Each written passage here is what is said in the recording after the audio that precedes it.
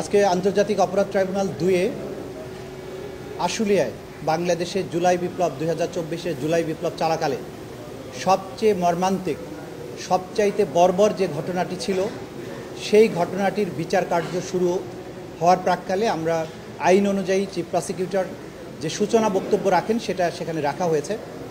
সেই ঘটনাটি হচ্ছে 5ই আগস্ট বিকেলবেলায় আশুলিয়া থানার সামনের রাস্তায় 6 জন আন্দোলনকারীকে গুলি করে হত্যার পর তাদের মধ্যে 5 জন নিহত অবস্থায় এবং 1 জন গুরুতর আহত অবস্থায় তাদেরকে প্রথমে একটা রিক্সা ভ্যানে, পরবর্তীতে সেখান থেকে পুলিশ ভ্যানে উঠিয়ে পেট্রোল ঢেলে আগুন দিয়ে পুড়িয়ে দেওয়া হয়।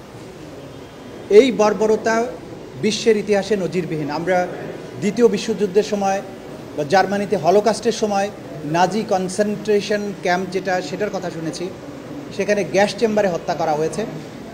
কিন্তু হত্যার পরে এইভাবে আন্দোলনকারী ছাত্র জনতা, যারা পুলিশের জন্য কোনো থ্রেট ছিল না, যারা এই দেশেরই সন্তান, তাদেরকে এইভাবে নির্মম পন্থায় হত্যা করা, এটা পৃথিবীর ইতিহাসে নজিরবিহীন।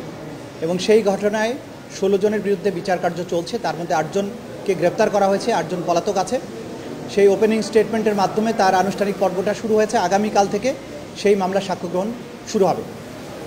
এর বাইরে আজকে ট্রাইব্যুনাল নাম্বার 1-এ আপনি ওই বিষয়ে কি বলেছেন? কোনটার ব্যাপারে? বিতর্ক বক্তব্যে অনেক কিছু বলেছেন। না, বিতর্কের কোনো জায়গা নেই। সূচনা বক্তব্য বলতে নির্মম ঘটনা এটি, এবং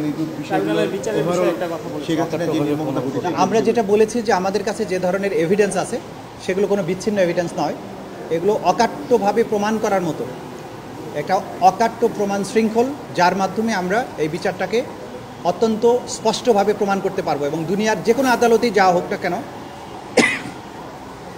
এই সাক্ষ্য প্রমাণের ভিত্তিতে অপরাধীদের সাজা নিশ্চিত করা সম্ভব। আমরা সেখানে ভিডিও ফুটেজগুলোর কথা বলেছি, প্রত্যক্ষদর্শী সাক্ষীদের কথা বলেছি, আমরা যে সমস্ত ভিকটিম যারা আহত হয়েছেন তাদের সাক্ষ্যের কথা বলেছি, তাদের পরিবারবর্গের কথা বলেছি, ফরেনজিক এভিডেন্স আছে, মোবাইল ফোনের ভিডিও আছে, সিসিটিভি ফুটেজ আছে, সব কিছুর কথা আমরা বলেছি। এবং এর মাধ্যমে আমরা বলেছি যে এই নিষ্ঠুর এবং নির্মম ঘটনার যে অপরাধের বিচার, সেটা আমরা খুবই দক্ষতার সাথে অকাট্যভাবে প্রমাণ করতে সক্ষম হব।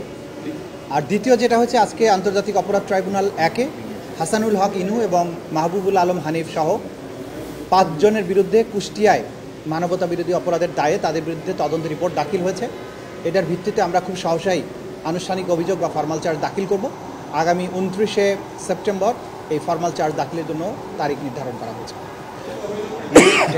আপনার একটা কোশ্চেন উঠেছে যে ডিফেন্স সার্ভিসে যারা আছে উচ্চ পদে, তাদের বিচার এই ট্রাইব্যুনালে করা যাবে কিনা, এবং ট্রাইব্যুনালে বলেছে একটা রায়, তারা এটার জবাব দেবে। আপনার কাছে জানতে চেয়েছে কেন এটার এখন আবার ট্রাইব্যুনাল প্রশ্ন তুলে তারা নানান বিষয়ে জানার জন্য প্রশ্ন করতে পারেন, কিন্তু এটা জাজমেন্টের মধ্যে উল্লেখ করার প্রয়োজন নেই, কারণ আইন এতটা স্পষ্ট যে এই আইন ইন্টারন্যাশনাল ক্রাইমস ট্রাইব্যুনাল অ্যাক্ট 1973 এটা মূলত তৈরি করা হয়েছিল আর্মড ফোর্সের লোকদের বিচার করার জন্য। পরবর্তীতে কিন্তু অ্যামেন্ড করে আরও কিছু উপাদান এখানে যুক্ত করা হয়। সুতরাং এই প্রশ্ন তোলার সুযোগ নেই যে international crimes tribunal act armed ফোর্সেসের লোকদের বিচার করতে পারবে কিনা। এটা অকাট্যভাবে প্রমাণিত এবং আইনের প্রত্যেকটা ধারা উপধারা উল্লেখ করে আমরা ট্রাইব্যুনালকে দেখিয়েছি যে এই আইনটা মূলত আর্মড এবং অক্সিলিয়ারি ফোর্সের বিচারের জন্য। সেই কারণে বিভিন্ন বাহিনী, বাংলাদেশের রাষ্ট্রীয় যত বাহিনী আছে, গোয়েন্দা সংস্থা আছে, পুলিশ বাহিনীর বিভিন্ন সেগমেন্টের কথা আলাদা আলাদাভাবে এই আইনে উল্লেখ করা হয়েছে। এদের মাধ্যমে সংগঠিত অপরাধ, যেটা ক্রাইমস অ্যাগেন্স্ট হিউম্যানিটি হবে, যেটা ওয়াইড স্প্রেড এবং সিস্টেম্যাটিক পদ্ধতিতে সংগঠিত অপরাধ হবে, সেই অপরাধের দায়ে এই ডিসিপ্লিন ফোর্সের বা আর্মড ফোর্সের লোকদের বিচার কেবলমাত্র আন্তর্জাতিক অপরাধ ট্রাইব্যুনালেই হতে পারবে, অন্য কোথাও নয়। সেটা কোনো আভ্যন্তরীণ সামরিক আদালতে নয়, বাংলাদেশের প্রচলিত যে সমস্ত ফৌজদারি আদালত আছে সেখানেও এটা করা সম্ভব নয়। এই আইনটা খুবই সুস্পষ্ট। একই অপরাধ যে জুলাই আগস্টে কুষ্টিয়াতে 7 জনকে হত্যা করা এবং আরও আহত করা যায়, আন্দোলনকারীদেরকে গুলিবর্ষণ করে আহত করা, তারা নিজেরা হুকুম দিয়ে আওয়ামী লীগ, যুবলীগ, ছাত্রলীগ 14 দলের নেতাকর্মীরা সহ পুলিশের সহায়তায় এই লোকদেরকে যে হত্যা করা হয়েছে সেই ব্যাপারে এবং আহত করা হয়েছে সেই ব্যাপারে তাদের বিরুদ্ধে অভিযোগ এনে তাদের বিরুদ্ধে তদন্ত রিপোর্ট দাখিল করা হয়েছে।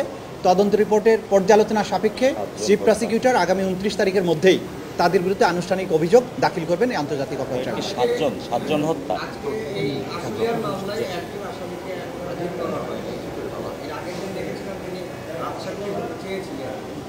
না, আমার কাছে কোনো ইনফরমেশন নেই যে কেন সে হাজির হয়নি, আমার কাছে জানা নেই।